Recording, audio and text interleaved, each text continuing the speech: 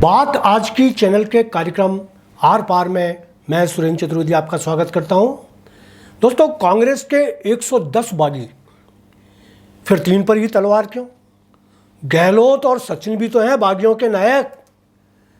दोस्तों, बगावत तब हुई या अब होगी, यह कांग्रेस पार्टी को अब पता चलेगा। बगावत होती क्या है, यह सवाल अब पार्टी में छटपटाने लगा है। कल केंद्रीय चुनाव समिति की बैठक में सोनिया जी की मौजूदगी शायद यह सवाल उठाने के लिए ही थी। पार्टी से बगावत करने वालों को माफ़ नहीं किया जा सकता। उन्होंने शांति धारीवाल को टिकट दिए जाने की यह कहकर खिलाफत कर दी कि उन पर कई आरोप हैं। आरोप क्या हैं यह बताने की ज़रूरत भी नहीं है।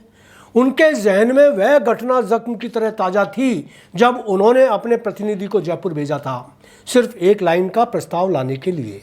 सभी कांग्रेसियों को मुख्यमंत्री कौन हो इसे तय करने के लिए सारे अधिकार हाईकमान को सौंपने थे।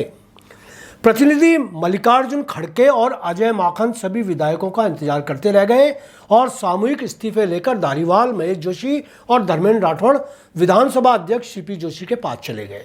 माकन और खड़गे को मन महसूस कर या कहिए अपमानित होकर उल्टे पांव लौटना पड़ा।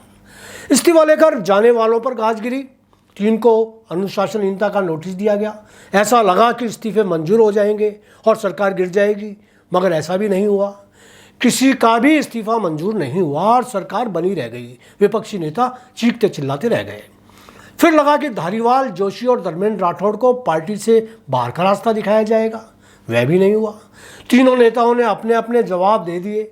जवाब संतोषजनक होंगे तभी तो आगे की कोई कार्रवाई नहीं हुई। फिर तीनों नेताओं को मौखिक रूप से क्लीन चिट की खबर भी बाजार में आ गई। बगावत नामक भूत को बोतल में बंद कर ढक्कन लगा दिया गया। इतने समय तक इस्तीफे विधानसभा अध्यक्ष की दराज में पड़े रहे। मुख्यमंत्री जी धारीवाल, जोशी और राठौड़ को साथ रखकर सत्ता का भागीदार बनाकर रखते रहे। धारीवाल और जोशी मंत्री पद पर बने रहे और धर्मेंद्र राठौड़ को आरटीडीसी का चेयरमैन बना दिया गया। इतना सब कुछ होता रहा और पार्टी में हुई कथित बगावत को लेकर हाईकमान धृतराष्ट्र बना रहा। यदि पार्टी में तख्ता पलट बगावत हो गई थी तो पार्टी को उसी समय कठोर फैसला ले लेना चाहिए था। ऐसा होता तो सचिन पायलट और गहलोत के बीच की खाई का इलाज उसी वक्त हो जाता। तब यदि हाईकमान ने खून के घूंट नहीं पिए होते तो बगावत वाले जहर के घूंट आज नहीं पीने पड़ते। मित्रों, अब आइए बगावत पर कुछ बात हो जाए। बागी और दागी कौन कौन थे? इस्तीफे वाले प्रकरण में जितने विधायकों ने इस्तीफे दिए, क्या सिर्फ उनको ही बागी मान लिया जाए? सोनिया गांधी की नज़र में क्या अशोक गहलोत बागी नहीं थे? इस्तीफे तो उनके लिए दिए गए थे। क्या उनसे बिना पूछे 90 लोगों ने इस्तीफे दे दिए? यदि उनकी जानकारी के बाद सामूहिक इस्तीफे दे दिए गए तो तय है कि वह भी सोनिया के खिलाफ हुई बगावत के आरोपी हैं। उनको भी अनुशासनहीनता का नोटिस थमाया जाना चाहिए था। धारीवाल, जोशी और राठौड़ तो उनकी निगरानी पर ही तो कार्रवाई कर रहे थे। यदि गहलोत की सहमति नहीं थी तो उन्होंने अपने लोगों को इस्तीफे देने से मना क्यों नहीं किया? सच तो इस प्रकरण में यही है कि अब धारीवाल, जोशी और राठौड़ को टिकट काटकर शहीद नहीं किया जाना चाहिए। टिकट तो उन सब की कटने चाहिए जिनको इस्तीफे देकर हाईकमान से बगावत की। तब पार्टी सरकार गिरने के डर से चुप बैठी रही। अब उनको बगावत याद आ रही है, वह भी सिर्फ 3 लोगों के लिए। यदि इस्तीफे बगावत माने जा रहे हैं तो मानेसर में कौन सा सुकृत्य हुआ था? तब 18 विधायक भाड़ा बंद होकर अपनी ही सरकार को गिराने का पूरा षड्यंत्र क्यों कर रहे थे? विपक्षी पार्टी के नेताओं से मिलकर करोड़ों का खेल क्यों खेला जा रहा था? जरा सोचिए सोनिया जी कि यदि तब गहलोत ने अपने इन्हीं साथियों के साथ, जिनको आप बागी बता रही हैं, अपने साथ नहीं रखा होता तो आज आप राजस्थान की टिकट नहीं बांट रही होती। तब जो कुछ जिस तरह से हुआ वह सोनिया जी आपसे छुपा नहीं। माना कि सचिन पायलट को पार्टी में जिस तरह अपमानित किया जा रहा था वह शर्मनाक था।